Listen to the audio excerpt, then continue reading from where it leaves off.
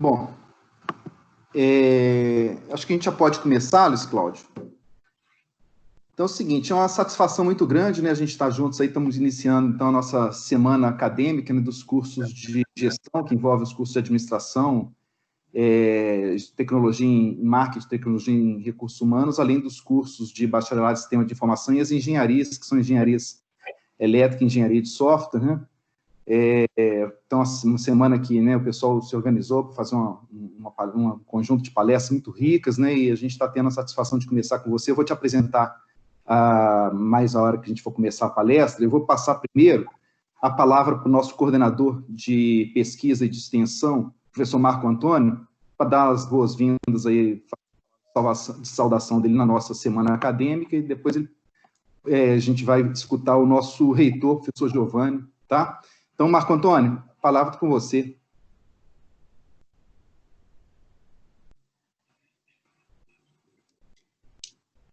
Boa noite. Escutando? Boa noite, boa noite. Boa noite. Só um segundinho, por favor.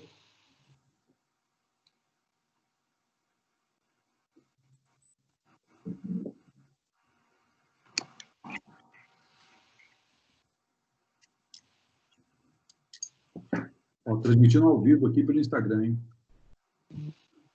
Maravilha. Abertura da semana acadêmica. Boa noite, gente. Boa noite. Boa noite, Marco Antônio.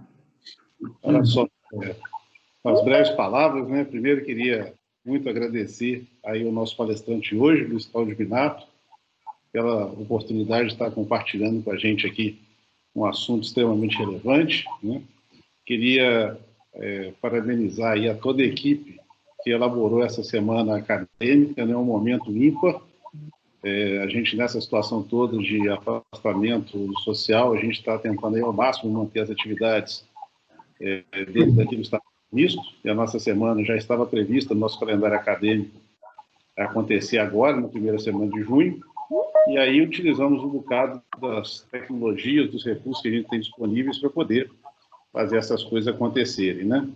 Gostaria muito de agradecer e parabenizar a comissão de organização desse evento. Então, vou citar aqui os professores Vitor Miranda, Tasso Ferenzini, Wesley Carminati, Christian Rachid, Evaldo Silva, Frâncila, Jacimar Tavares, Luiz Paulo Magri, Marco Sinini, Patrícia Maia, Romualdo Costa, Sebastião Alves, David Martins e o nosso mediador hoje, o professor Guilherme Ventura, né? Muito obrigado a todos aí pelo trabalho, né?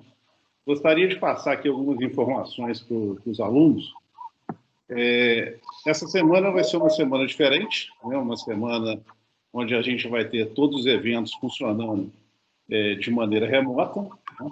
Então, nós criamos um mecanismo para que nós pudéssemos estar realizando o evento de uma forma, né? Então, só como informação geral, em cada palestra, nós vamos fornecer um endereço para que vocês possam fazer check-in em cada uma delas, para que a gente possa emitir o certificado, ok? Esse link só vai estar disponível pelo período de realização daquela palestra, né? Então, daqui a pouquinho o professor já vai colocar aí no bate-papo o link para que vocês possam fazer as inscrições e, a partir daí, a gente vai poder emitir os certificados, tá? Eu coloquei, passando aqui embaixo, o site onde tem todos os eventos, né, todas as palestras, e vocês podem acompanhar, podem se programar. E para a gente poder manter o mínimo de organização, vou pedir a todos que mandem as perguntas pelo chat, pelo nosso bate-papo, e aí depois o mediador vai estar selecionando e vai passando aos palestrantes, ok? Então, basicamente, dar as boas-vindas para todo mundo, agradecer, né, novamente aos membros da comissão organizadora, agradecer à direção que nos deu todo o apoio para realizar esse evento. É o primeiro evento que nós estamos aqui, né, como Uniacademia. É importantíssimo esse momento nosso, que viramos sempre mesmo durante esse período de pandemia, de afastamento social, mas é o primeiro evento, né, principalmente dos nossos cursos, que leva, né, essa nova chancela.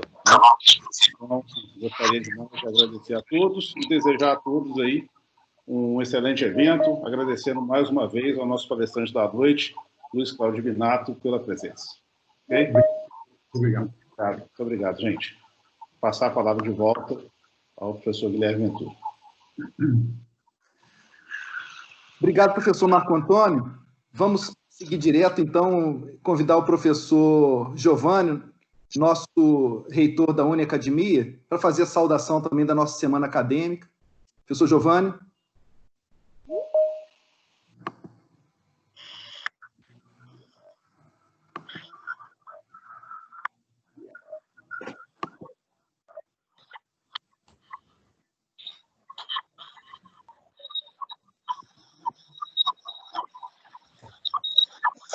Professor Giovanni, acho que está com o áudio fechado aí.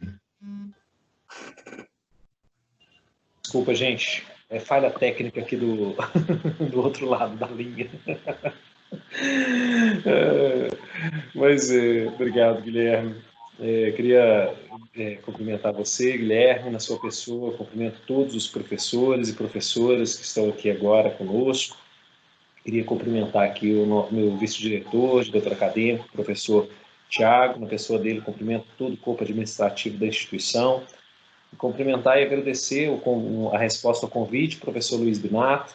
Tenho certeza que será uma palestra muito gratificante, muito exitosa, e que a gente vai poder realmente saborear nesse momento. Então, eu continuarei com vocês, professor, mas tenho certeza que os alunos e todos os participantes vão poder aproveitar. Minha fala é muito breve, realmente é o primeiro evento, a Semana Acadêmica Online que a gente tem, nesse momento de pandemia, e não podia deixar de fazer a abertura.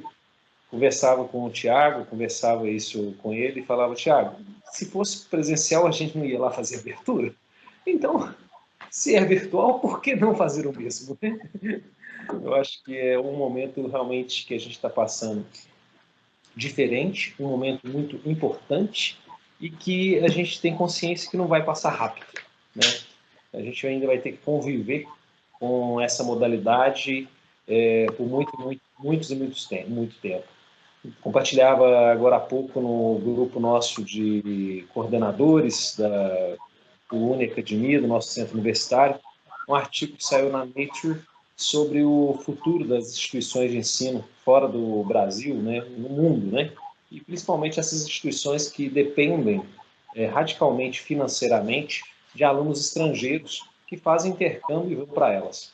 E isso vai mudar radicalmente, né, nesse cenário mundial. Não é o nosso caso.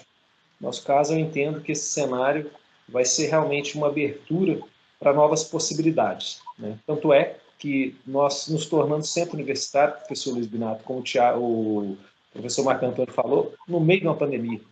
Nós suspendemos nossas aulas, transferimos nossas aulas para o modelo remoto no dia 17, no dia 18, foi publicado na nossa portaria de centro universitário. E no meio da pandemia, a gente não abaixa a cabeça e estamos lançando 4 novos cursos. Vamos agora para o próximo semestre, mais 4 novos cursos. E se tomara que para o próximo semestre, mais uns 4 ou 5 aí a gente lança. Realmente pensando em crescer, não estamos pensando em desanimar. Acreditamos que a vida realmente vence. E a gente tem um corpo de seres humanos, né? Que é o que o senhor vai falar hoje, que faz a diferença. Faz a diferença é cada um de nós que estamos aqui, e essa instituição é uma instituição ímpar nesse processo, com professores, um corpo administrativo e alunos realmente que tem tudo para que a gente possa ter um sucesso muito grande pela frente. Vou parar de falar, porque o interesse aqui é ouvi-lo. Vou agradecer mais uma vez a presença de todas as alunas, todos os alunos, os professores e professoras que estão aqui presentes. E mais uma vez, obrigado pela presença do senhor junto conosco. Um abraço e boa palestra. Bom, então eu vou passar a apresentação aqui do Luiz Cláudio, né? O Luiz Cláudio, então, é fundador, diretor de Human and Business School, um aprendiz profissional, né? Mestre em estratégia pela Ohio University, em doutoramento pela Universidade Nacional de Misiones, na Argentina, especialista em desenvolvimento humano pela California University, é conselheiro de administração pelo Instituto Brasileiro de Governança Corporativa é pós-graduando em Medicina Comportamental pela Unifesp, estudante pela Nova Acrópole, graduando em Psicologia pela Universidade Cruzeiro do Sul, é professor de pós-graduação, né, por mais de 15 anos. Teve uma época que eu conversava muito com o Luiz Cláudio, que ele ficava rodando o Brasil inteiro, sendo convidado com agenda carregadíssima de pós-graduação também. Executivo, né, de empresas nacionais e multinacionais por mais de 20 anos, né? Então, tem uma carreira executiva muito exitosa, uma carreira como consultor muito exitosa, né? Eu tenho um orgulho muito grande de ser um amigo do Luiz Cláudio. Esse encontro nosso agora virtual começou, o Luiz Cláudio deve lembrar, um show que a gente, uma das vezes que ele veio de fora, a gente estava no show do Beatles Forever. Eu falei assim, eu tenho um sonho de te levar lá no SESC para você falar para os alunos, para os nossos professores, e aparecer essa oportunidade agora nas aulas, através das aulas que a gente está fazendo essa semana acadêmica. Bom, mas de tudo isso aqui, tenho certeza que o que mais orgulho é ser o pai da Lara e da Lívia, né? São, né, pessoas queridíssimas aí também. Então, Luiz Cláudio, vou passar a palavra para você. A nossa palestra, então, que você vai estar conosco hoje, o título dela é A Revolução Humana, Desenvolvendo o Humano que você empresta para os cargos que você ocupa, né? Então, mais uma vez, agradecendo toda a atenção com a Unicademia, com a nossa semana acadêmica, eu passo a palavra para você, e a gente vai estar, então, recebendo perguntas pelo chat, que vão ser respondidas a partir das 20 horas, logo depois das 20 horas, o Luiz Cláudio deve terminar a apresentação e a gente começa as perguntas e respostas que vão estar através do chat aqui, tá ok? Luiz Cláudio, passo a palavra para você, muito obrigado. Um grande abraço, meu amigo. Legal, Guilherme, muito obrigado aí a você. Quero também agradecer aí o professor Giovanni, o professor Marco Antônio, que antecederam aí você. De tudo que você falou a meu respeito, de fato, o que mais me orgulha é ser o pai da Lívia e da Lara e seu amigo também, pessoal, já há décadas, né? Então, essa é a parte mais bacana de tudo que você mencionou, né? E todas essas oportunidades que eu tive, né? Agora é um momento bacana de compartilhar isso, né? Principalmente nesses tempos de pandemia. Acho que a maioria das pessoas tem feito um exame aí de consciência e deve estar se perguntando como contribuir melhor ou mais para a sociedade. E aqui, estar com vocês hoje na Academia é um prazer mais do que triplicado, né? Primeiro porque está em Juiz de Fora, uma cidade que eu tenho um amor incondicional. Segundo, porque é a academia, eu conheço a academia de longa data. Terceiro, porque você é membro da escola há muitos anos também, então, só alegria, né? E obrigado, então, mais uma vez, pelo convite, realizando agora um vaticínio lá do Beatles Forever, então a gente está realizando, né? Tudo começa na imaginação. Bom, eu vou compartilhar a tela, porque eu vou ilustrar aqui um pouco do que a gente... Deixa eu ver se eu consigo compartilhar, para poder, então, mostrar... Acho que eu não sei se eu tenho autonomia para compartilhar. Acho que eu não vou ter autonomia para compartilhar daqui. Deixa eu ver. Acho que eu não vou conseguir.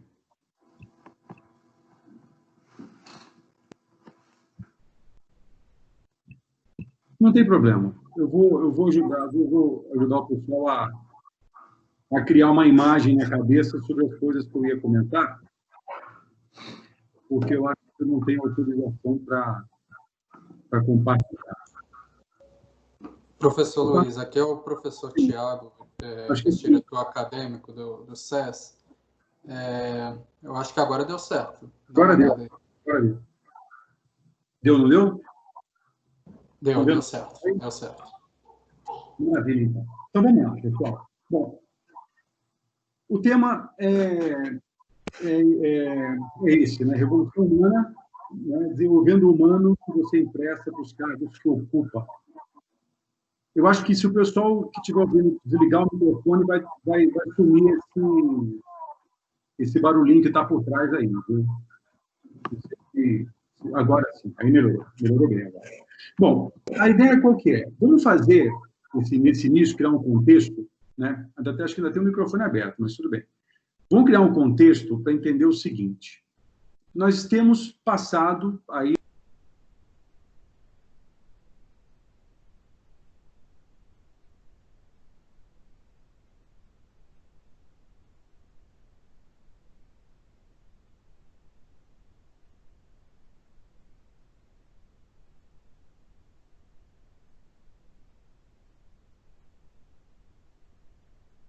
Professor Luiz, eu acho que o senhor está no mudo. Confere aí para a gente, por favor.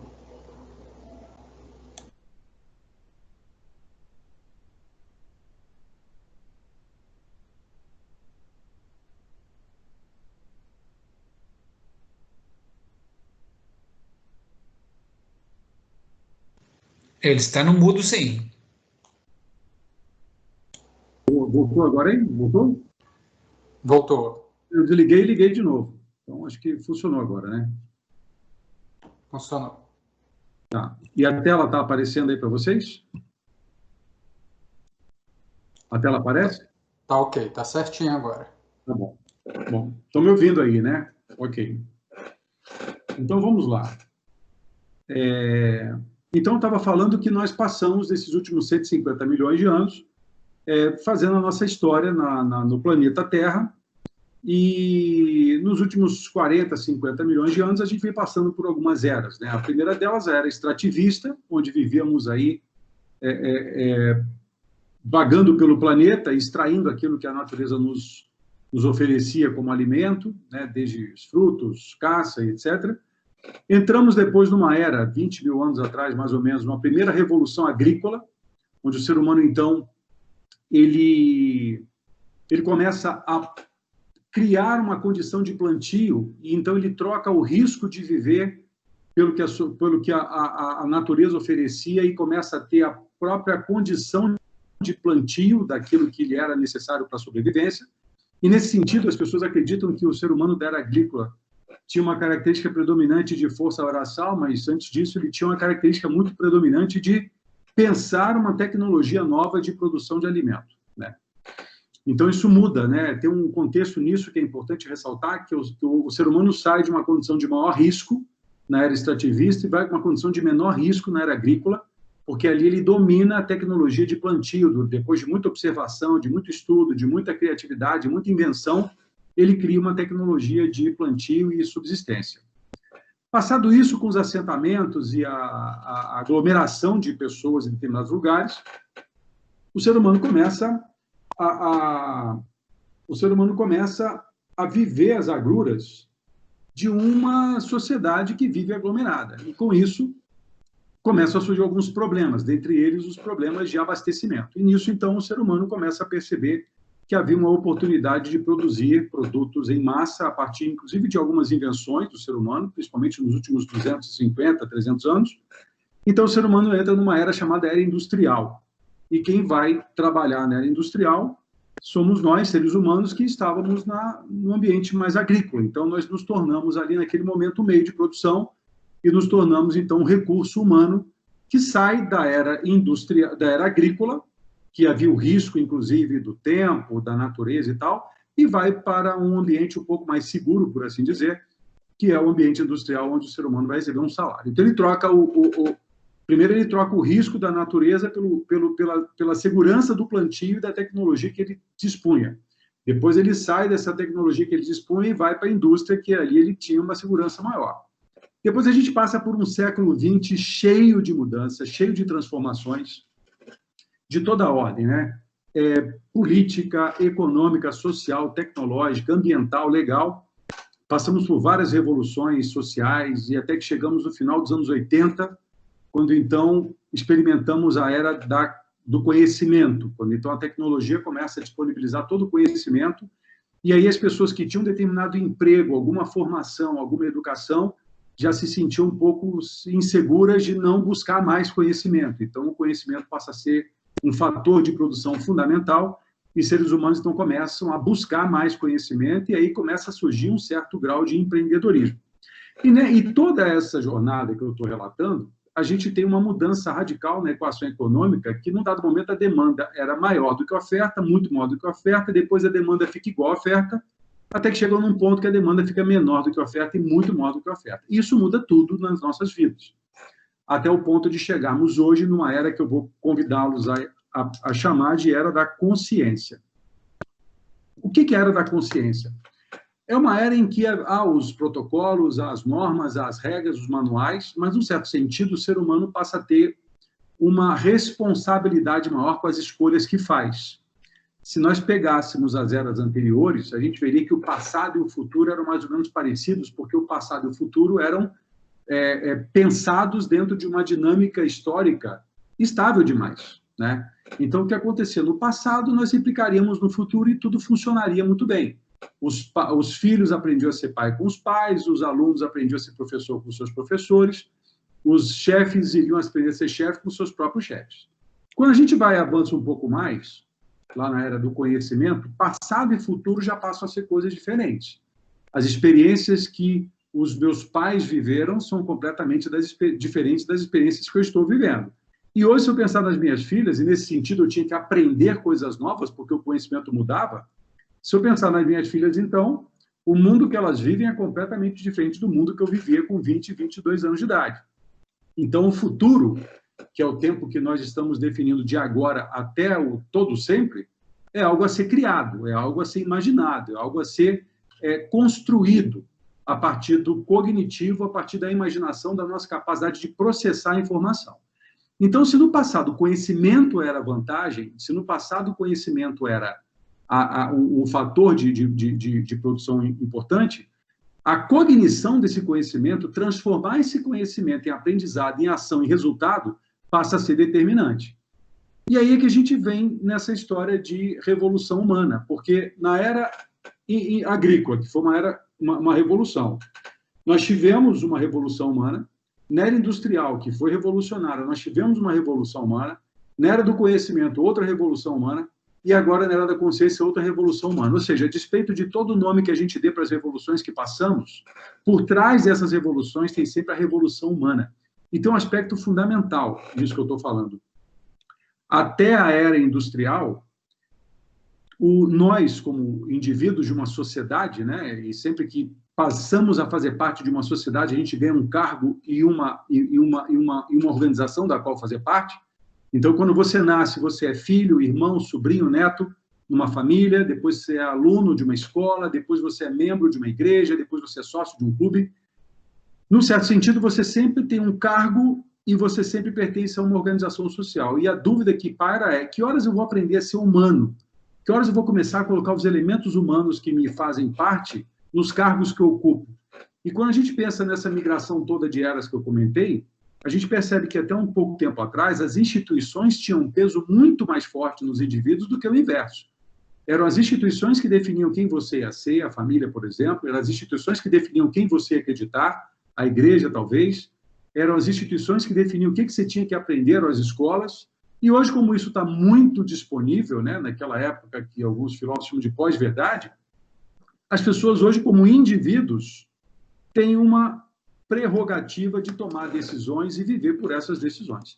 Então, nós passamos por essas eras todas. Depois eu vou disponibilizar esse material para quem quiser. E chegamos hoje numa era com maior aumento da diversidade e uma expressão que foi cunhada lá nos anos 80 por um sociólogo americano dá conta de estarmos vivendo no mundo VUCA. O mundo VUCA é um mundo volátil, incerto, complexo e ambíguo, que vem lá do inglês. E nesse contexto de volatilidade, incerteza, complexidade e ambiguidade, nós não temos gestão sobre isso. Ou seja, eu não posso escolher a dinâmica do mundo, mas eu posso escolher o que eu vou fazer com essa dinâmica na minha vida. Então, a gente passa por um depara. Era industrial para a era do conhecimento, ou melhor, até para a era da consciência, de uma visão fragmentada para uma visão sistêmica, de uma visão de recurso humano para uma visão de ser humano, de uma visão de tarefa e esforço para uma visão de resultado, de uma visão de como que eu saio dessa situação que eu me envolvi, como que eu me livro desse problema, para uma visão de o que eu quero no lugar do que eu tenho, por que isso é importante, como que eu vou fazer para chegar lá. Sai de uma visão de fator de produção mais preponderante do capital e se tornando conhecimento, e dentro do conjunto de conhecimento, o autoconhecimento passa a ser preponderante. A carreira que era antes administrada por uma empresa, agora é administrada por você, indivíduo, e a sociedade, o coletivo que te definia os seus passos, agora esses tais passos são definidos por você, numa equação de preço e valor. Se as decisões que você toma têm um preço maior que o valor, elas se tornam caras. Se as decisões que você toma têm valor maior que o preço, elas se tornam baratas. Isso define o teu grau de motivação e o teu grau de vontade de construir algo para o seu futuro. Então, a gente sai de um paradigma baseado em sobrevivência, escassez, competição, comando e controle e condicionamento, e vai para um outro paradigma que eu vou explicar daqui a pouquinho, né? Depois que a gente passar por esse conceito de mundo VUCA, de volatilidade, incerteza, complexidade e ambiguidade, dinâmicas sobre as quais eu não tenho nenhuma gestão, nenhum de nós tem. Mas eu quero apresentar mais aqui para frente uma outra dinâmica de um mundo VUCA que você terá total influência sobre ela e, por isso, poderá ser o humano que você empresta para os cargos desde que você tome as decisões que deverá tomar, né? Então, veja, as estruturas organizacionais acabam sofrendo as sequelas dessa era industrial que fragmentou a visão, fragmentou as atividades e fragmentou a forma como as pessoas olham uma organização que tem na sua anatomia e na sua fisiologia uma estrutura e uma forma de funcionar. Então, essa estrutura organizacional, que é da era industrial, embora obsoleta, ela é a mais presente na maioria das organizações. Quando a gente pensa nessa visão fragmentada, a gente vê pessoas olhando para o mesmo lugar, mas dando significados diferentes, por causa da sua história pessoal, por causa das suas crenças individuais, por causa da sua opinião sobre a vida, baseado na era da pós-verdade, onde a sua opinião é mais importante do que os fatos.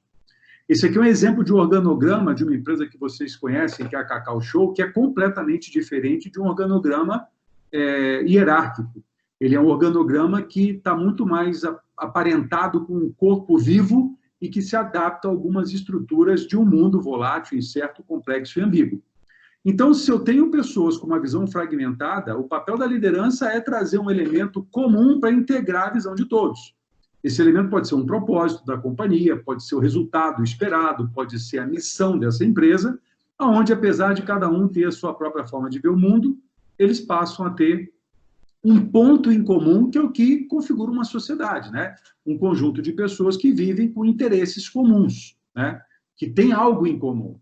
E essa visão de algo comum, ela vai bem no neocórtex das pessoas, mas no límbico ela ainda fica um pouco complicada, porque o neocórtex ele entende, mas é o límbico que define que emoções você vai trabalhar para ter o comportamento para trabalhar nesse mundo unificado e integrado que aqui nessa nossa conversa eu estou propondo. E a gente vem para um outro paradigma, um paradigma da era do conhecimento, extensível para a era da consciência, que é o paradigma da prosperidade, da abundância, da cooperação, da liderança, da inovação, da consciência humana e não do condicionamento humano. O ser humano, ele o é pela habilidade e característica que ele tem de pensar.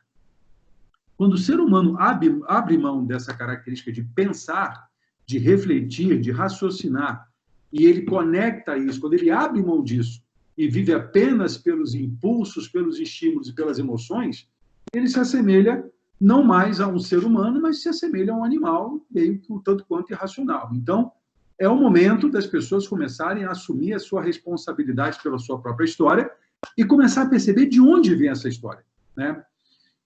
Aqui são alguns pressupostos que eu coloco de uma transformação organizacional, e esse material vai ficar disponível para vocês, porque se as empresas crescem, é esperado que elas o façam porque as pessoas crescem ao longo desse caminho. E como é que pessoas crescem? As pessoas crescem porque ganham mais dinheiro, porque assumem cargos com maior responsabilidade e poder, elas crescem porque elas têm um conjunto de patrimônio mais robusto, ou elas crescem porque elas passam a pensar, sentir e agir de uma forma diferente.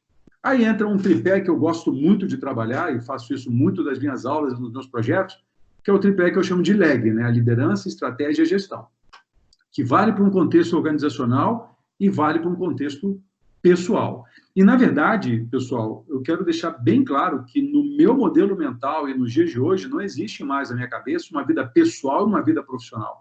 Existe uma vida que é desempenhada por esse humano que você empresta para os cargos que você tem. O cargo de aluno de uma escola, o cargo de professor reitor de uma escola, o cargo de executivo de uma empresa, o cargo de marido ou esposo numa família, o cargo de pai ou mãe numa família, ou filho ou filha numa outra família. Esses são papéis.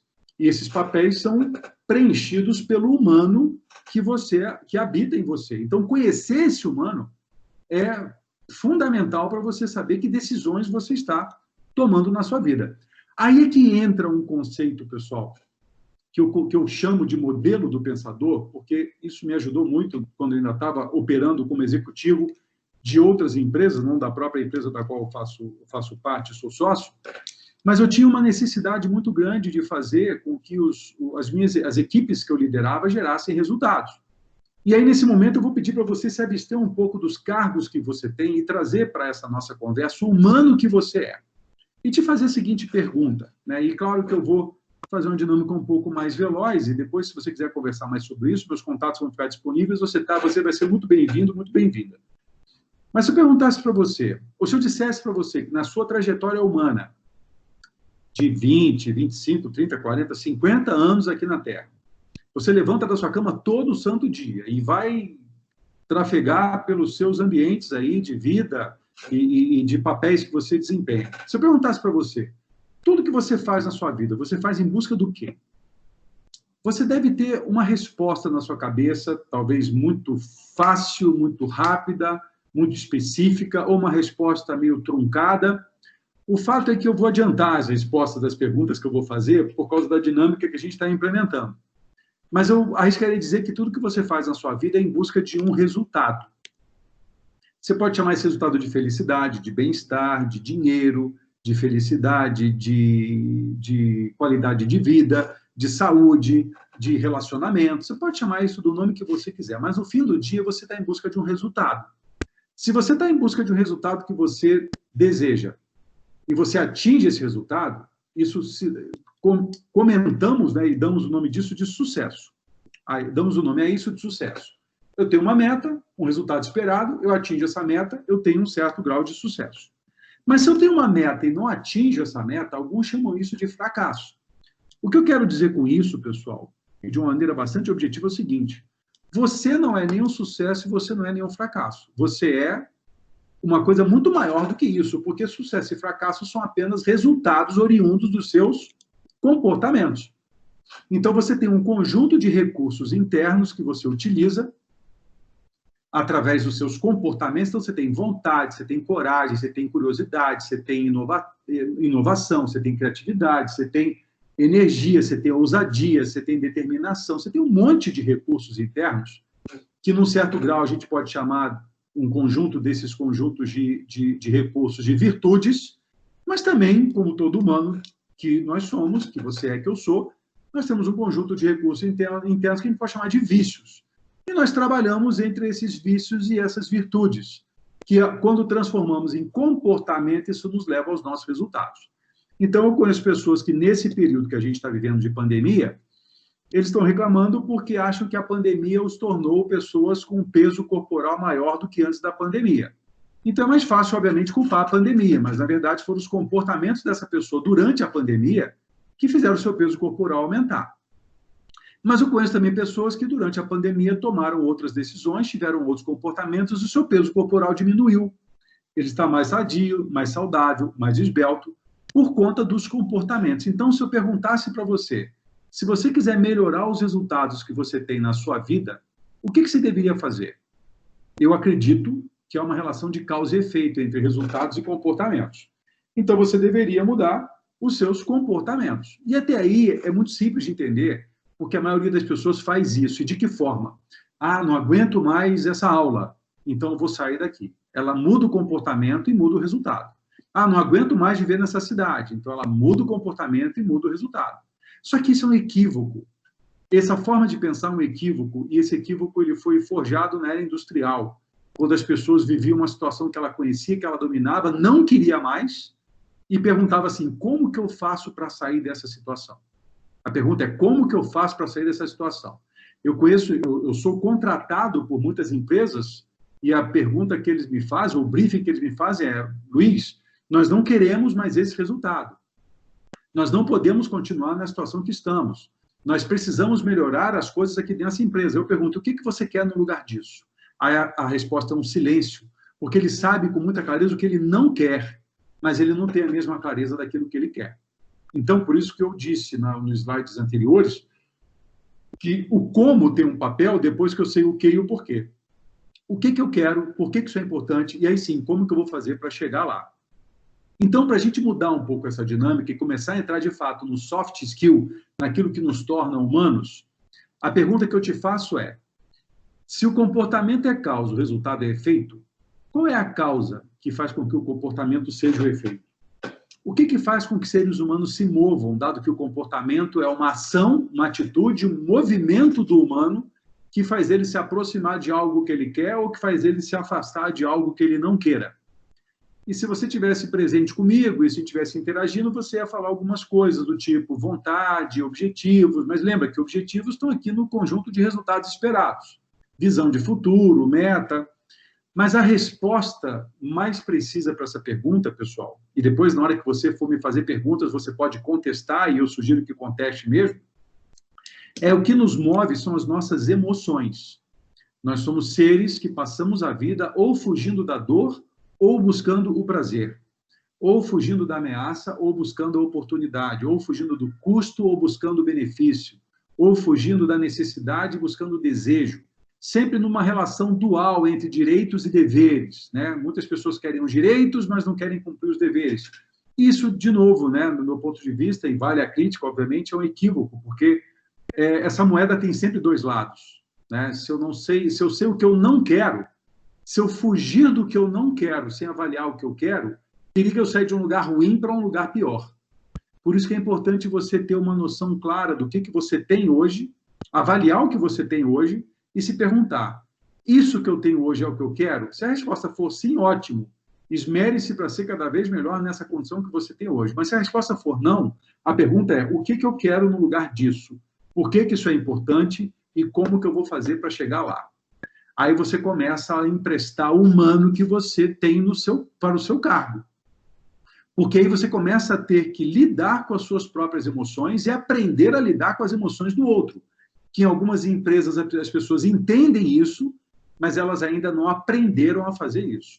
Em algumas famílias as pessoas entendem isso, mas não aprenderam a fazer isso. O Daniel Goleman forjou um termo nos anos 80, que deu origem a um livro chamado Inteligência Emocional, que é realmente um elemento fundamental para viver no mundo que nós vivemos hoje. E é uma coisa que o ser humano já conhece há milênios, mas que agora, por conta das circunstâncias, tem sido mais importante, ou mais determinante. Eu tenho tido, até pela formação que estou vivendo na área de psicologia, e também pelo estudo que já faço do tema há muito tempo, eu tenho lidado com pessoas que estão hoje com muito mais problemas emocionais do que com problemas financeiros ou com problemas de estar em casa ou coisas desse tipo. E aí a pergunta que eu faço é a seguinte, pessoal. Se as minhas emoções interferem ou forjam ou influenciam meus comportamentos interferem ou forjam meus resultados, qual que é a causa que faz com que seres humanos tenham as suas emoções? O que faz, por exemplo, uma pessoa sentir dor e a outra pessoa sentir prazer, dado que elas receberam o mesmo estímulo, por exemplo? Né? E suponha, por exemplo, que você foi convidado para participar da semana acadêmica e hoje é o dia da abertura e você recebeu lá um e-mail, uma mensagem dizendo, olha, hoje começa a nossa semana acadêmica da Uniacademia. Você está convidado. Alguns receberam esse estímulo e pensaram assim, poxa, mas logo hoje, logo nesse horário, logo nesse dia, que droga. E outros receberam o mesmo estímulo e falaram, opa, que maravilha, não tem outro problema, eu vou sentar e vou assistir a semana da academia. Isso nas empresas é muito comum, as pessoas recebem um e-mail do presidente, ou do diretor, ou do vice-presidente, convocando para uma reunião, algumas pessoas vão receber aquele e-mail e vão sentir dor. Outras vão receber o mesmo e-mail e vão sentir prazer. E aí, pessoal, não importa muito o que as outras pessoas vão sentir ou vão pensar, importa o que você vai sentir, o que você vai pensar. Lembra? Você não tem gestão sobre os estímulos que o mundo te oferece. Você não tem gestão sobre as circunstâncias que o mundo coloca na sua frente. Mas você tem gestão sobre o que você pode fazer com isso. E aí é que acontece um mecanismo muito interessante, que eu acredito ser muito interessante, que é o seguinte, você recebe um estímulo, e esse estímulo, por si, não tem nenhum significado. Ele passa a ter um significado na hora que você atribui a ele um significado. Então, se eu perguntasse para vocês agora, o que significa um telefone tocando na sua casa às 2h30 da manhã? eu arriscaria dizer que você vai dizer, Luiz, é uma tragédia, deu problema, deu ruim em algum lugar aí. Eu vou te dizer que isso não é um fato. Isso é fruto da sua experiência passada, ou fruto da experiência passada de alguém com quem você aprendeu. Porque o fato mesmo é, quando o telefone toca na sua casa às 2h30 da manhã, o fato é que há um telefone tocando às 2h30 da manhã. O que ele significa vai depender de quando você ouvir a mensagem, você atribuir esse viés de positivo ou negativo. Então, veja, se você está dormindo, toca um telefone às 2 da manhã, e você pensa, nossa, é alguma tragédia, você sente dor. Mas quando você atende e a pessoa diz que é engano, você deveria sentir prazer. Mas pessoas sentem dor também, porque esperavam a dor, esperavam a tragédia, e o conceito de frustração é exatamente aquele, que você cria uma expectativa e a expectativa não é atingida. Isso é humano, embora maluco, é humano. Então, o que faz você sentir suas emoções? É um sistema que você não construiu desde o primeiro momento, a pedra fundamental desse sistema não foi colocada por você, nem a segunda pedra, nem a terceira pedra, você vai se dar conta disso quando já estiver muito próximo de uma idade pós-adolescente ou adulta. É o seu sistema de crenças que você vai tendo ele construído pelas experiências que você tem com pai e mãe, com parentes mais próximos, com professores na escola, com os amigos do condomínio, ou da rua, ou do clube. E naquele período de 0 a 7 anos, todo aprendizado que nós temos é um aprendizado eminentemente emocional, porque o nosso aparato cognitivo não está pronto, ele vai ficar pronto, o neocórtex vai ficar pronto no ser humano lá pelos 21, 22 anos de idade. E é por isso que em algumas sociedades a maioridade penal se atinge com 21 anos de idade. Porque ele já tem um discernimento, já tem um aparelho de tomada de decisão um pouco mais elaborado para fazer suas escolhas e seus julgamentos. Então, veja, as suas crenças definem suas emoções. Então, nesse exato momento de pandemia que estamos vivendo, tem pessoas olhando para o cenário e acreditando que é o fim do mundo. E, obviamente, elas vão sentir muita dor, pânico, sofrimento, e vão transferir isso para os comportamentos, vão transferir para os resultados e, possivelmente, vão transformar suas crenças em realidade.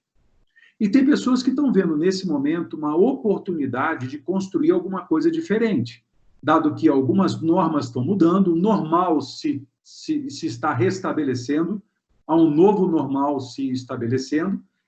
Quando o professor Giovanni deu o seu depoimento, ele quebrou a norma, ou seja, no meio da pandemia, quando pessoas estão tirando o pé, desacelerando o movimento, a Uniacademia está lançando 4 novos cursos, colocou em ambiente remoto matérias que foram no dia 17, no dia 18, entraram em pandemia. Então, veja, o humano que você empresta para o cargo começa nas crenças que você nutre acerca do mundo que você observa. E dependendo do significado que você der para esse mundo, você vai ter um conjunto de emoções que vão variar entre o espectro de dor e prazer. E esses dois elementos estão apoiados num sistema que revela a você, nas horas das suas decisões, o que é importante e prioritário para você na sua vida, que é o seu conjunto de valores. Então, veja, se eu pudesse escrever uma expressão, né, uma equação para definir ou para demonstrar uma decisão, o que é uma decisão? A decisão é uma função de elementos que estão no seu conjunto de crenças, emoções e valores. Toda decisão que você toma,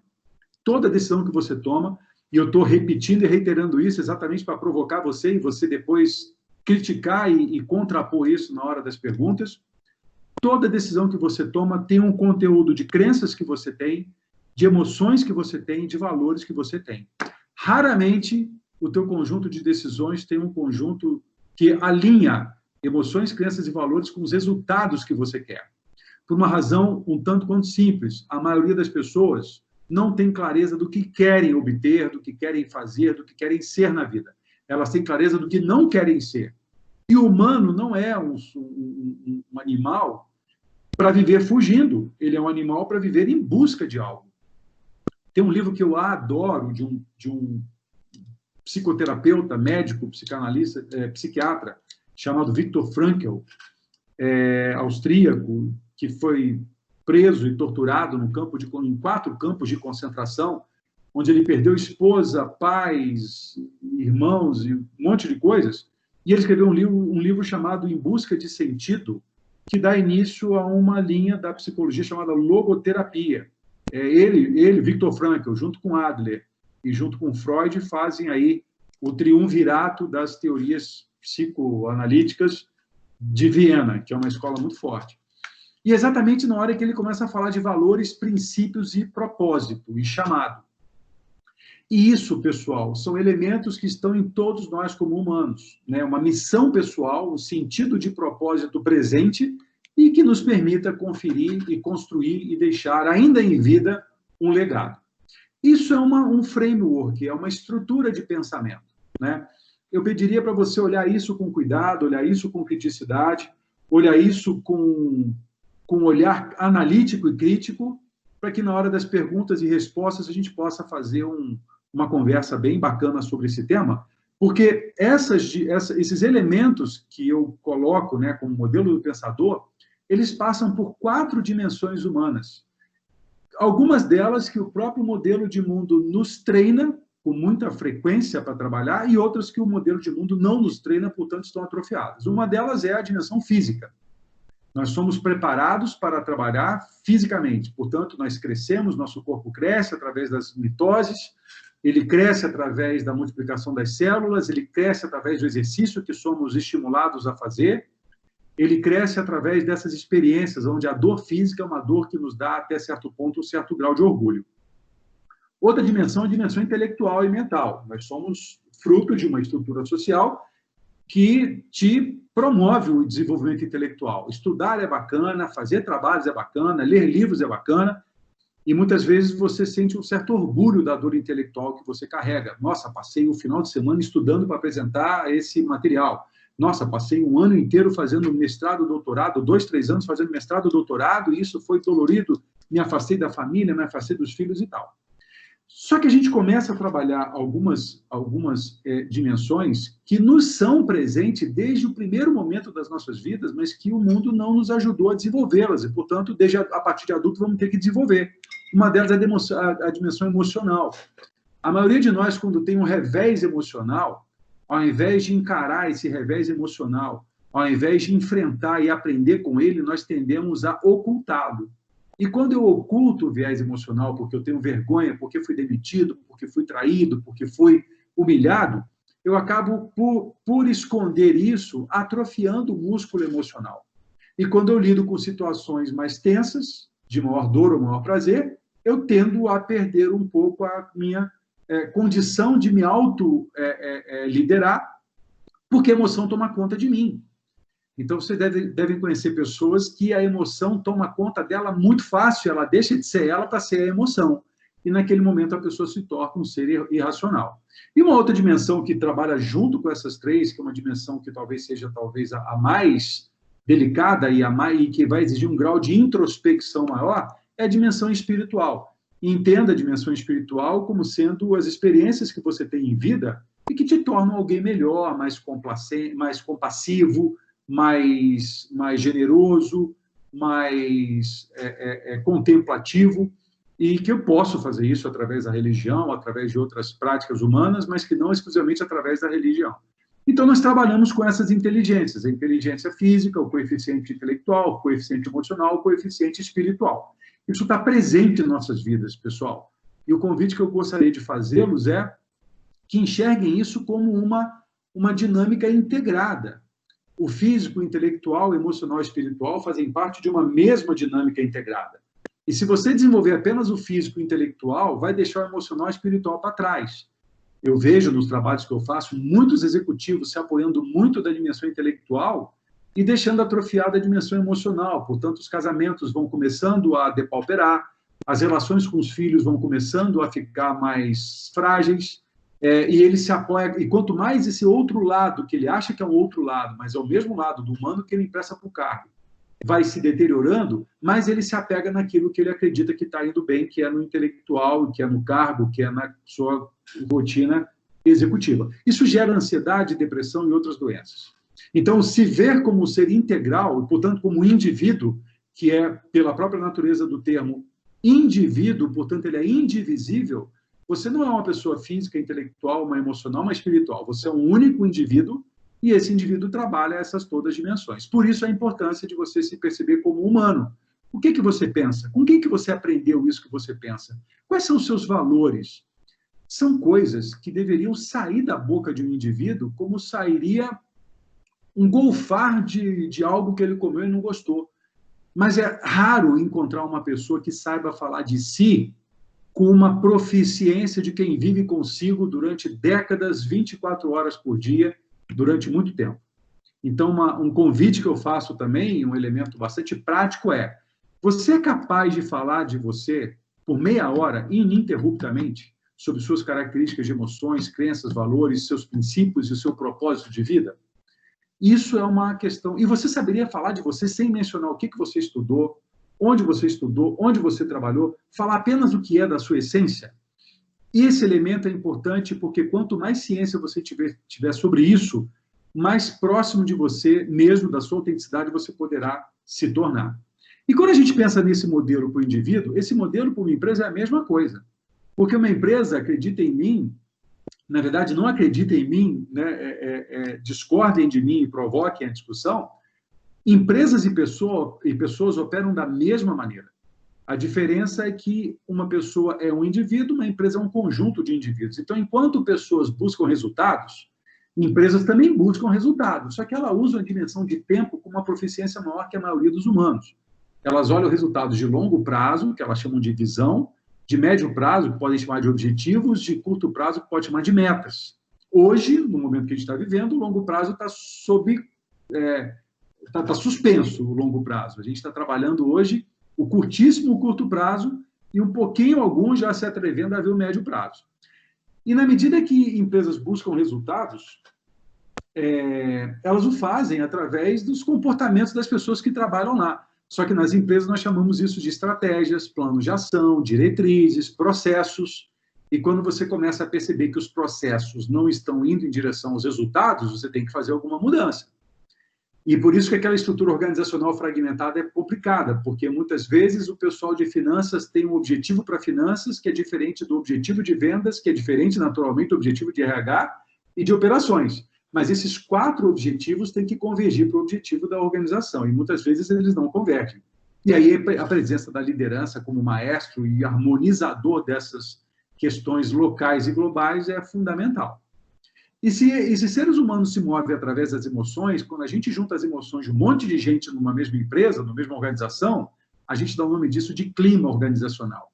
Nesse clima é revelado como é que se pessoas ali são mais afeitas a fugir da dor, são mais afeitas a buscar o prazer, se as pessoas ali fazem o mínimo necessário para garantir a sua sobrevivência, portanto, vivem numa era extrativista, ou se são pessoas que constroem uma situação, um empreendimento interno, para poder, então, gerar valor e prosperidade, portanto, vivem numa era mais agrícola, de criatividade e visão de futuro, né?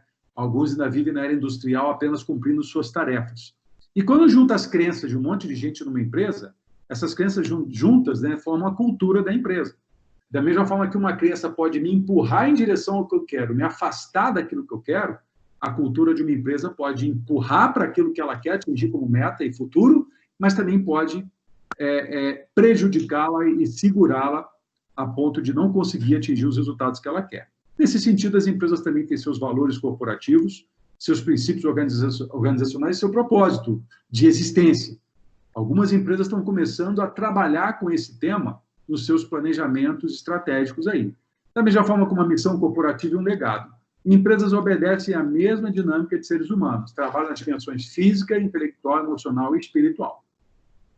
Então, pessoal, na hora que o indivíduo pertence a uma organização, como empresa, ou família, ou escola, e há uma interseção entre essas duas entidades, nesse momento a gente pode dizer que me dá um ponto e uma alavanca e eu vou mover o mundo para tornar essa interseção cada vez maior.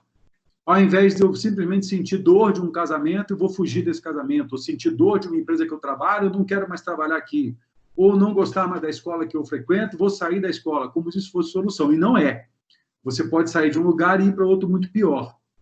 Por isso que é importante você avaliar onde você está vivendo, e aí entra o humano com o seu pensamento, com a sua reflexão, o seu pensamento reflexivo, aquilo que é importante e prioritário para ele, como é que ele sente em relação a isso, entre dor e prazer, para que ele tome uma decisão.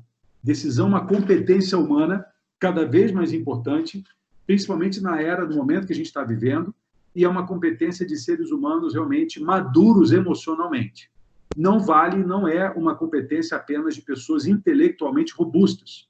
Há muitas pessoas intelectualmente robustas na nossa história, mas que emocionalmente experimentaram uma situação muito delicada e não continuaram sua jornada de maneira adequada. Bom, essa conversa toda, pessoal, dá margem para uma nova visão VUCA, né? Se a visão VUCA anterior era uma visão de escassez, né, de um mundo volátil, incerto, complexo e ambíguo, que pode gerar medo e tensão nas pessoas, a visão VUCA que eu quero deixar para vocês aqui como mensagem, né, é uma visão VUCA de visão mesmo, né, uma intenção de criar um futuro claro, um estado de futuro claro mais para frente, uma visão de entendimento desse mundo que eu vivo, parar, olhar, ouvir as características que estão acontecendo e criar minhas próprias decisões, criar minha própria interpretação do mundo, procurar dar clareza a esse caos, porque o caos e a ordem são lados de uma mesma moeda, da mesma forma que a dor e o prazer. Portanto, buscar claridade nesse cenário é importante e trabalhar numa abordagem colaborativa para implementação rápida dessas mudanças. O que eu tenho visto de empresas com as quais eu trabalho e outras que eu estou começando a trabalhar agora, implementando projetos em 60 dias, que elas não implementaram em 2 anos, é uma coisa impressionante. Fruto dessa nova circunstância que a gente está vivendo, né? Eu estou me aproximando já do horário que eu tinha combinado com o professor Guilherme. Eu quero só dizer para vocês que todo esse conjunto de coisas que eu comentei está registrado, né? Essas coisas todas que eu comentei estão registradas nesse livro, Modelo do Pensador. Depois, se alguém tiver interesse, eu deixo aí o link do local onde você pode adquirir. E, por fim, eu quero deixar uma mensagem de um filósofo alemão chamado Goethe, né? Alguns já o conhecem, muitos o conhecem. E com essa mensagem, eu então vou concluindo a minha fala e abro aí para a gente poder bater um papo, que eu acho que vai ser muito proveitoso essa conversa. Ele deixa um texto para a gente que diz o seguinte, olha: cheguei à terrível conclusão de que sou o elemento decisivo. É a minha abordagem que cria o clima. É o meu humor diário que faz o tempo. Possuo tremendo poder de tornar a vida miserável ou prazerosa. Posso ser uma ferramenta de tortura ou um instrumento de inspiração. Eu posso humilhar ou ter humor. Eu posso machucar ou curar. Em todas as situações, é a minha resposta que decide se uma crise escala ou desescala, se uma pessoa é humanizada ou desumanizada. Se tratarmos as pessoas como elas são, nós podemos torná-las piores. Se tratarmos as pessoas como elas poderiam ou deveriam ser, nós as ajudaremos a se tornar o que elas são capazes de se tornar. É claro, aí, Goethe termina aí, eu concluo dizendo o seguinte, é claro que a pessoa precisa querer, mas nesse momento, a pessoa que eu gostaria de convidar você a refletir é sobre você mesmo, o humano que você empresta para os cargos que você ocupa. O humano que está em revolução desde a era extrativista, onde os livros falam da revolução agrícola, da revolução tecnológica, da revolução do conhecimento, da revolução da consciência, e que por trás de todas essas revoluções há uma revolução humana sendo empreendida e que daqui para frente essa responsabilidade, e aí são palavras minhas, ninguém é obrigado a concordar com isso, mas vale a crítica, é totalmente sua. Você tem as regras, você tem os manuais, você tem uma série de indicadores que mostram o que caminho você pode tomar, mas quem vai fazer suas próprias escolhas é você mesmo. Ainda que você escolha que alguém vai escolher por você, ao você deixar que alguém escolheu por você, você está fazendo uma escolha também. Bom, com isso aqui eu vou interromper o compartilhamento Deixa eu ver se eu volto lá para a nossa sala aqui. Vocês estão por aí? E aí, pessoal?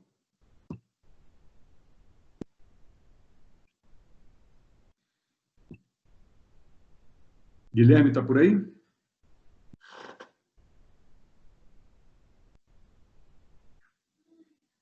Alô, alô, Guilherme? Habilitei meu microfone aqui, estou por aqui sim. Beleza. Podemos começar, então, a nossa parte das perguntas e respostas aqui, né? Vou começar assim...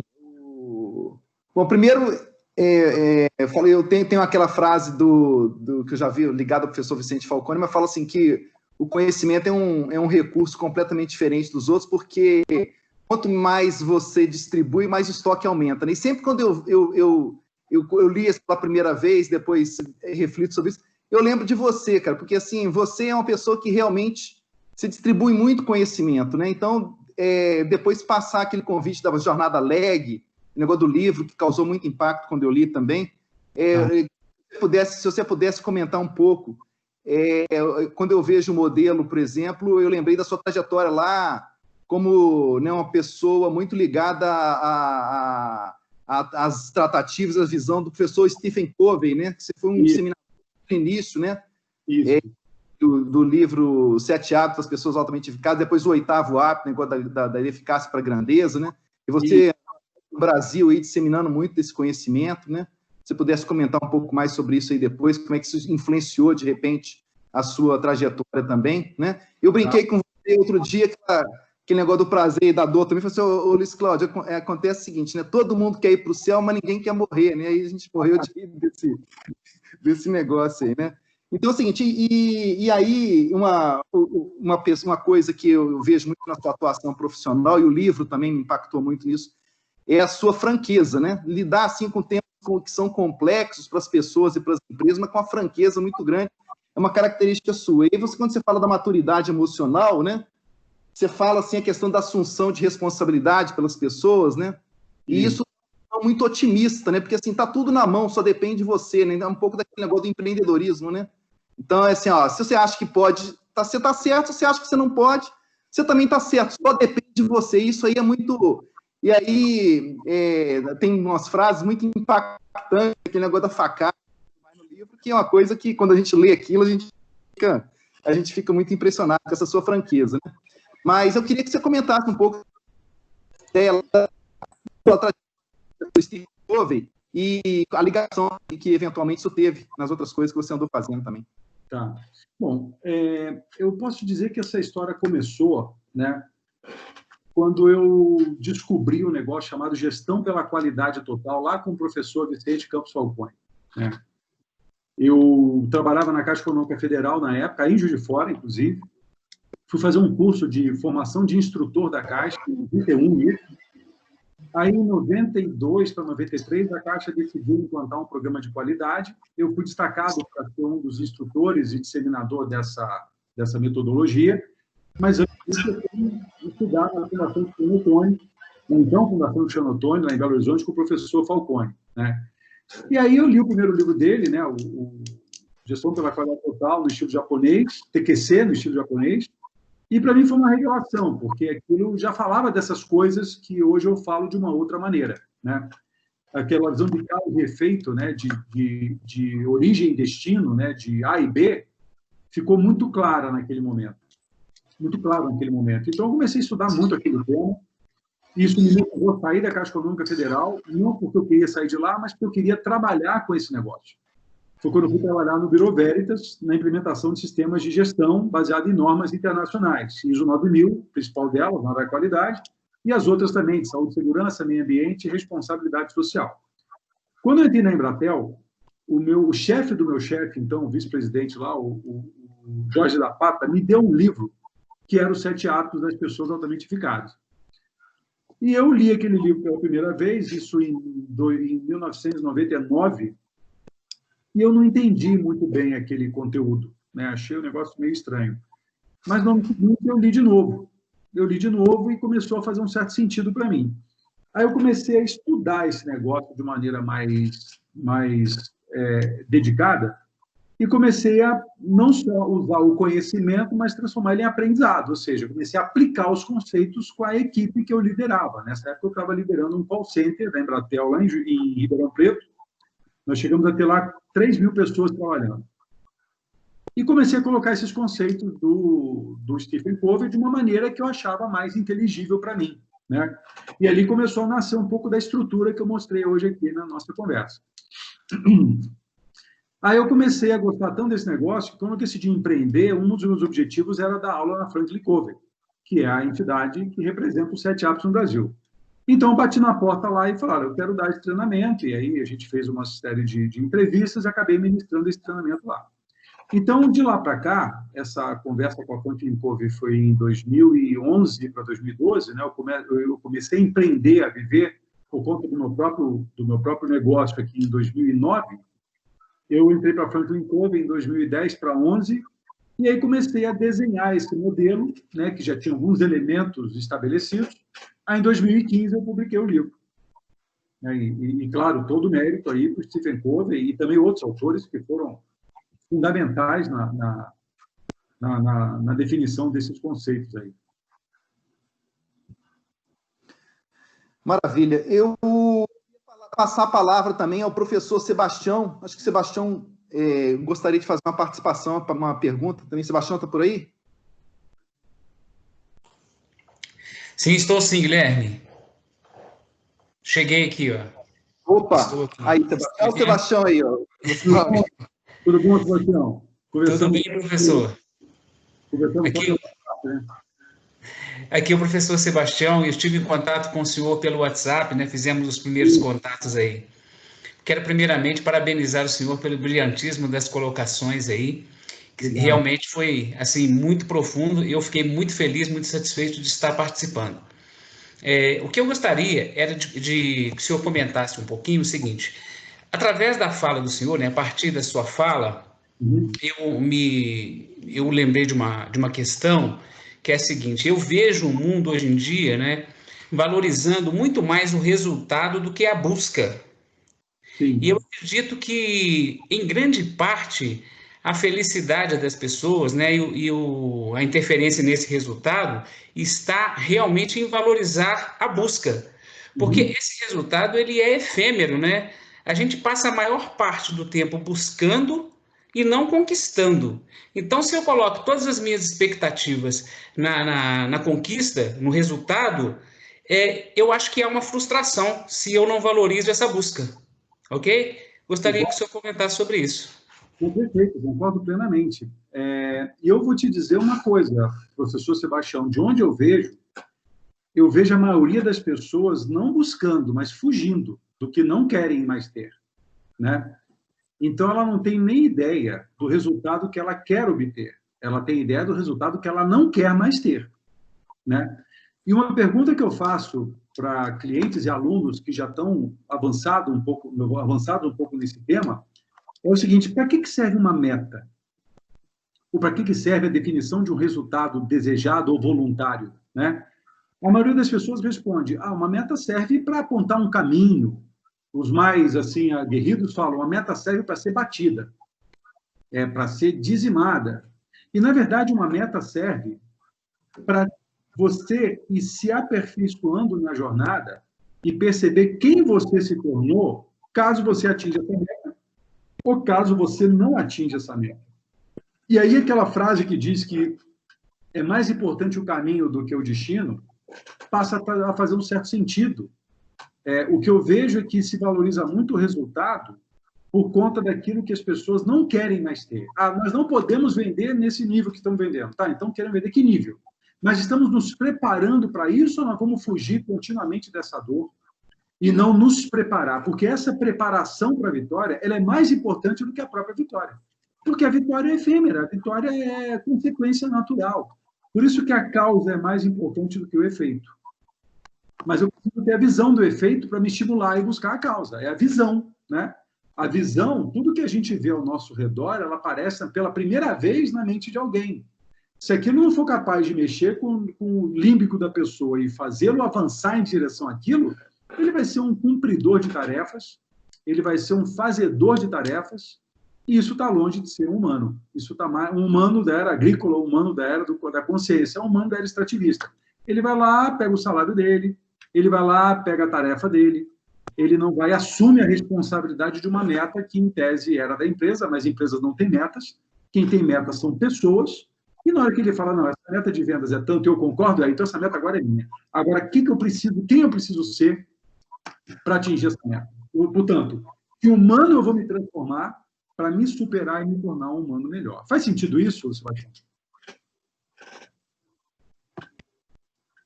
Perfeito. Completamente, professor. Concordo muito com isso, e é o que eu acredito, né? Eu acho que a gente precisa valorizar muito essa busca. A questão de entender o resultado é justamente dar sentido, né, à nossa busca, para poder atingir esse resultado. E esse sentido está no meu conceito de valor humano, de propósito, de princípios. E quando você pergunta para uma boa parte das pessoas quais são os seus princípios, seus valores e seu propósito, se ela não fez esse exercício previamente, e é pouco provável que tenha feito, porque as estruturas sociais que nós construímos não criam esse hábito nas pessoas, elas vão fazer isso no momento em que sentirem muita dor. Aí que entra uma questão existencial, que vão buscar através de uma psicoterapia, através de um processo de autoconhecimento, aí vão sim ter a oportunidade de trabalhar essas questões. Enquanto poderiam estar trabalhando isso desde a mais tenra idade, em casa e na escola. Mas isso aí é uma outra história que ainda vai demorar para chegar lá. Tá certo. Muito obrigado, viu, professor? Eu que agradeço. Obrigado aí pela pergunta. Bom, enquanto vamos chegando perguntas aqui, eu gostaria de destacar aí a questão do link para registro de presença aos nossos alunos, né? Está aí no nosso chat. É importante clicar e fazer o registro da presença para depois para os certificados da nossa semana acadêmica, ok? O Toledo estava querendo fazer uma pergunta, mas não sei se ele vai digitar ou se ele vai falar aqui. O Guilherme, enquanto isso, eu disponibilizei aqui um link. Se o pessoal quiser baixar um e-book que fala do mundo VUCA, dessas coisas que a gente conversou aqui, ele é gratuito e está nesse link que eu acabei de colocar aqui, tá? Ah, que maravilha. Luisvinato, rds.land/o novo jogo. Novo jogo. Maravilha. Se quer saber alguma coisa a mais sobre o livro, Modelo do Pensador, está aqui também o link, caso queira entrar lá no site e dar uma olhada, também está disponível para quem quiser entrar. Tá? E só lembrando que todo dia, 7 às 7h30 da manhã, eu faço uma live no meu Instagram, no Facebook, quem quiser participar vai ser muito bem-vindo também. Maravilha. A jornada LEG são quantos encontros, Luiz, você vai fazer? Nessa primeira temporada são 30 encontros. A gente está amanhã fazendo o encontro número 12. Vamos falar de obstáculos, o que impedem as pessoas de avançar. E a gente vai com essa temporada até o dia 26/6. Depois a gente dá um tempinho, e aí volta com a segunda temporada em julho, meados de julho. Aí eu não sei ainda quantos episódios a gente vai ter. Mas está tudo lá gravado no IGTV, no YouTube também. Tem sido uma experiência bem bacana, viu? Todo dia das 7 às 00. São as lives 007, né? Missão, exato. O resultado, mas começa às 7 da manhã, por isso que é 007 tem esse pragmatismo aí do agente secreto lá, né? Uma pergunta aqui.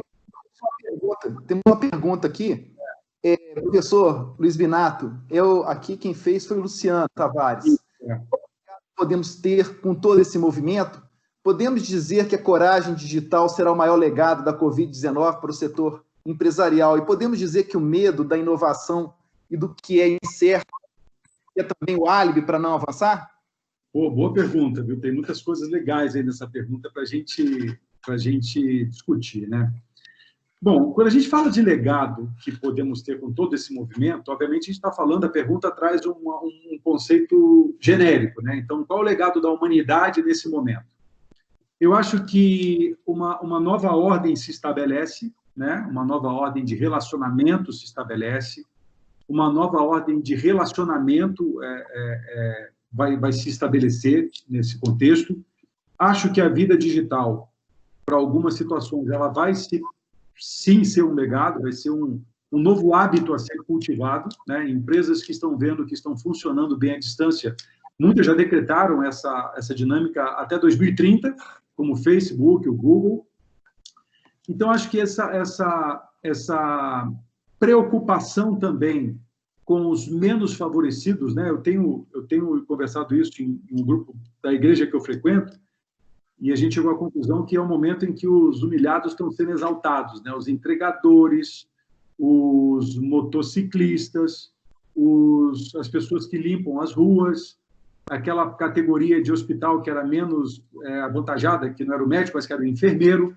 Então, eu acredito também, e essa é uma decisão, não é uma decisão coletiva, é uma decisão individual que vai formando o coletivo, eu acho que uma nova ordem de relacionamento vai se estabelecer, né? Os seguranças de condomínio, aqui em São Paulo, capital, a gente mora em condomínios, então, os seguranças têm tido uma importância muito grande na nossa história, na nossa vivência, as pessoas que limpam o prédio, que muitos não reconheciam nessas pessoas, eram as pessoas ocultas da sociedade, agora são pessoas que estão sendo valorizadas. Eu acho que esse talvez seja o maior dos legados, e o quanto que pessoas estão fazendo movimentos sociais para ajudar, de fato, os menos favorecidos.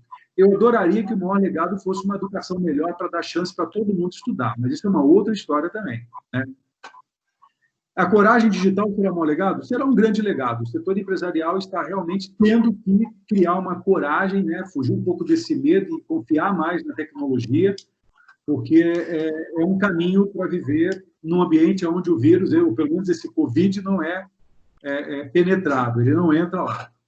E podemos dizer que o medo da inovação e do que é incerto, que é também o álibi para não avançar, então, é bem aquilo que eu comentei no mundo VUCA, né? Se eu entender que o incerto, o complexo, o ambíguo, o volátil, eu não tenho gestão sobre ele, eu posso escolher o que fazer com isso, embora eu não tenha gestão sobre ele. Então, aquelas pessoas mais afeitas ao medo vão paralisar diante disso, como estão fazendo muitos. Mas aquelas pessoas mais afeitas ainda que com o medo, avançar, aprender com o medo, ou seja, uma coisa é eu agir com o medo, outra coisa é eu agir a partir do medo. Aqueles que vão agir com o medo, eles vão, mas vão com medo mesmo. Os que vão agir a partir do medo tenderão a deixar o medo tomar conta, vão criar uma história facilmente inteligível, de fácil compreensão, que vão justificar a sua inércia. Então, eu não generalizaria dizendo que o medo da inovação e do que é incerto é também um álibi para não avançar. Será assim para uns e não será assim para outros. E aí eu pediria a todos vocês que estão aqui para a gente para escolher em que grupo você vai estar. Se é os que vão avançar com medo mesmo, ou se, em função do medo, vão paralisar, né? É uma escolha pessoal, mas não dá para mexer nisso. Maravilha. Agradecer ao professor Luciano Tavares aí pela pergunta também, além do professor Sebastião. Excelente pergunta. Eu agradeço também, professor. Muito bom. E a rapaziada aí, não animou a fazer perguntas, não? A Silvia Helena quer fazer uma pergunta aqui. Opa, vamos lá. Silvia, você quer...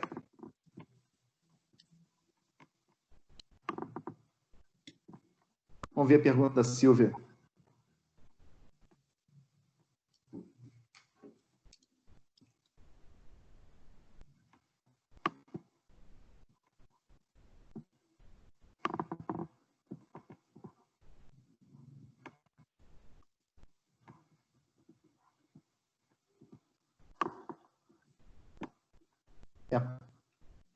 A pergunta da Silvia não chegou aqui. Ela...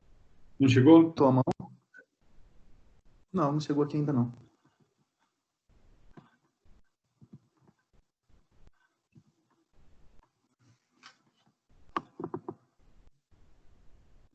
Tem mais algum aqui? Ela não quer falar aí no microfone, de repente? Pois é, eu liberei o microfone aqui para falar. Luiz Cláudio, e o próximo livro? O próximo livro, ele está aí concorrendo com essa iniciativa da escola online, né? A ideia é transformar o INSEAD Human Business School numa escola online para disponibilizar esses conteúdos e o nível de profundidade maior do que a gente conversou aqui hoje. mas tem um livro aí no Prelos para sair, eu espero que saia esse ano ainda, né? Tem uma revisão do modelo do pensador, né, desse livro aqui que eu mostrei para vocês, tem uma revisão entrando nessa história de digital, entrando nessa história de pandemia, que eu estou trabalhando nisso, mas tem um outro livro aí também que vai trabalhar bem essa questão do humano que o executivo, mais voltado para os executivos, né? Humano que o executivo está emprestando para o cargo que ele ocupa e, com isso, gerar reflexões nesse executivo e trazer alguns conceitos aí para a terra, né? Para o chão aí. Que é o que eu estou procurando fazer nas lives de 7h30 da manhã também. A gente está carregando muito na prática disso, né?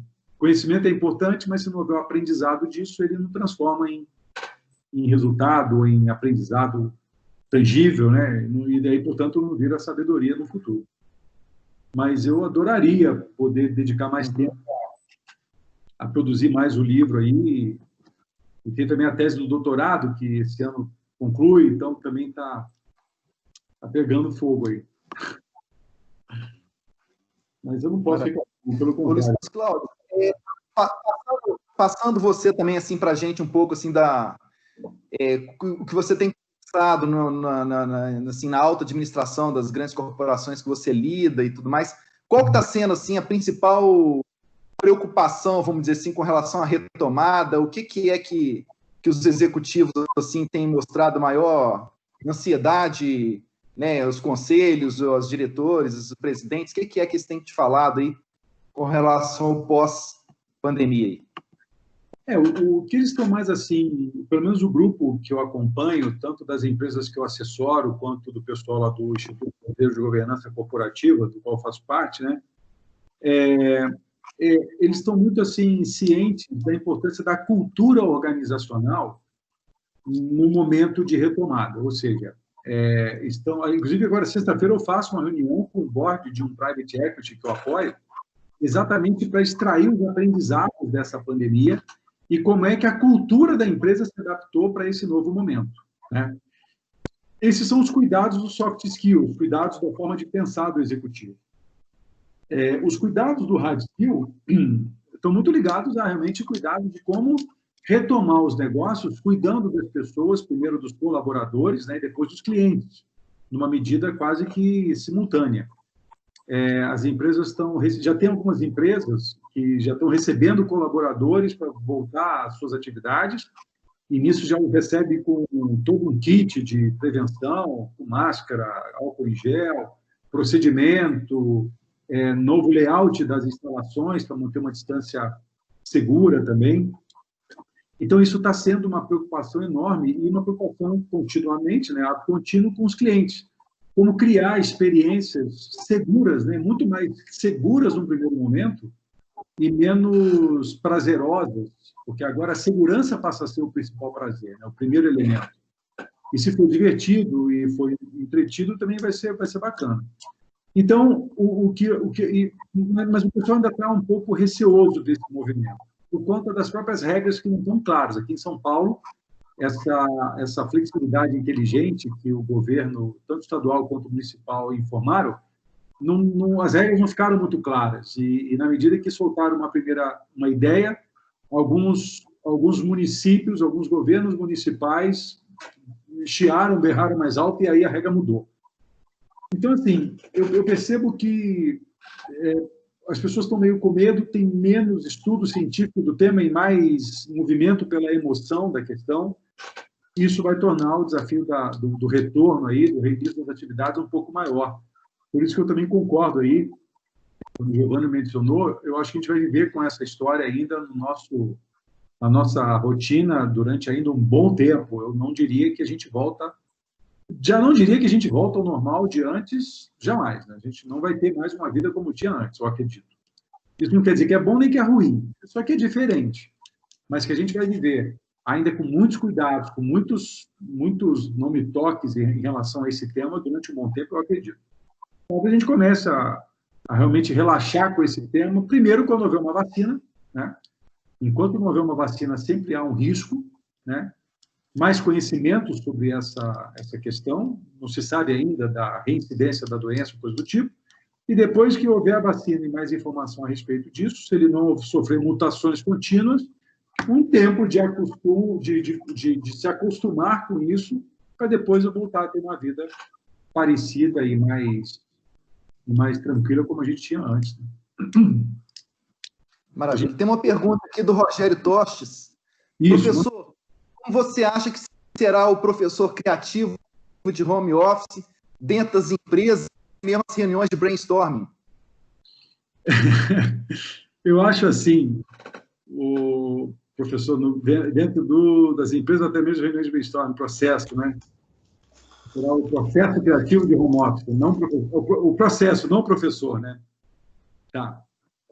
Eu acho que vai servir para o professor também, né? Vou juntar tudo aí, porque eu acho que a pergunta é boa nesse sentido. Eu acho assim, eu até dei uma dica, né? Uma deixa nessa conversa que a gente teve agora há pouco. Quando nós estávamos na era agrícola, nós humanos da era agrícola, lá de 10 mil, 15, 20 mil anos atrás, nós tínhamos uma capacidade, estou falando de 15, 20 mil anos atrás, só para salientar que o nosso cérebro é o mesmo cérebro há 70 mil anos. A constituição neurológica do nosso cérebro é a mesma há 70 mil anos. Tá? Então, antes da era industrial, nós tínhamos uma capacidade de conectar o neocórtex com o límbico muito maior. Então, o ser visionário, ele via o futuro e já sentia o benefício daquele futuro no seu sistema emocional. E a emoção que nos move fazia com que ele avançasse naquilo lá. Quando a gente entra na era industrial e a gente separa a vida do humano numa vida pessoal por 8 horas, de trabalho por 8 horas, de descanso por 8 horas, e esse ser humano deixa de ser um ser criativo e pensante para ser um ser apenas tarefeiro, a impressão que eu tenho é que o neocórtex e o límbico se separam. E aí você começa a ter aquela distinção de pessoas que dizem eu estudei engenharia, por isso eu não sei lidar muito bem com pessoas. Isso é uma baita de uma crença que não faz o menor sentido. O fato de eu ter exercitado muito mais o neocórtex e não ter exercitado o límbico não significa que eu estou preso a essa dinâmica. O que eu acredito, professor, é que os processos criativos de home office, de empresas, de escola, seja o que for, vai ter que começar a trabalhar o entendimento do neocórtex, o conjunto de crenças, com as emoções associadas. Ou seja, o discurso, a linguagem, não vai ser mais uma linguagem, já não é há muito tempo, apenas descritiva, mas terá que ser uma linguagem gerativa, que vai gerar ação nas pessoas, que vai gerar movimento nas pessoas. As pessoas vão se assustar um pouco com isso no primeiro momento. Vão ficar meio intimidadas, né? Porque vai ser requerido delas uma participação maior. E mesmo nas empresas, as pessoas procuram participar o mínimo necessário para sobreviver ali dentro, né? Óbvio que eu estou generalizando, não é assim com todo mundo. Mas uma boa parte das pessoas, se a gente pegar na pirâmide, a grande base dessas pessoas ficam ali esperando ver o que vai acontecer. Então, eu diria que eu acho que o professor criativo ou o processo criativo deverá mexer não só com o entendimento da forma de pensar, mas com a emoção que essa forma de pensar vai gerar. Essa já era uma iniciativa dos Canvas, por exemplo, que a gente usa. Os Business Model Generation da vida, Business Model U da vida, Design Thinking que a gente utiliza, já procuram, de uma certa maneira, mexer nessa variável emocional. Agora, com esse movimento, essa variável vai ser mais acelerada, eu acredito. Então, acho que o benefício disso vai ser reunificar o límbico e o neocórtex e o ser humano poder pensar e sentir, e não mais ou pensar ou sentir. Faz sentido isso, professor? Me diga se não, vale o debate. Eu adoro quando alguém discorda.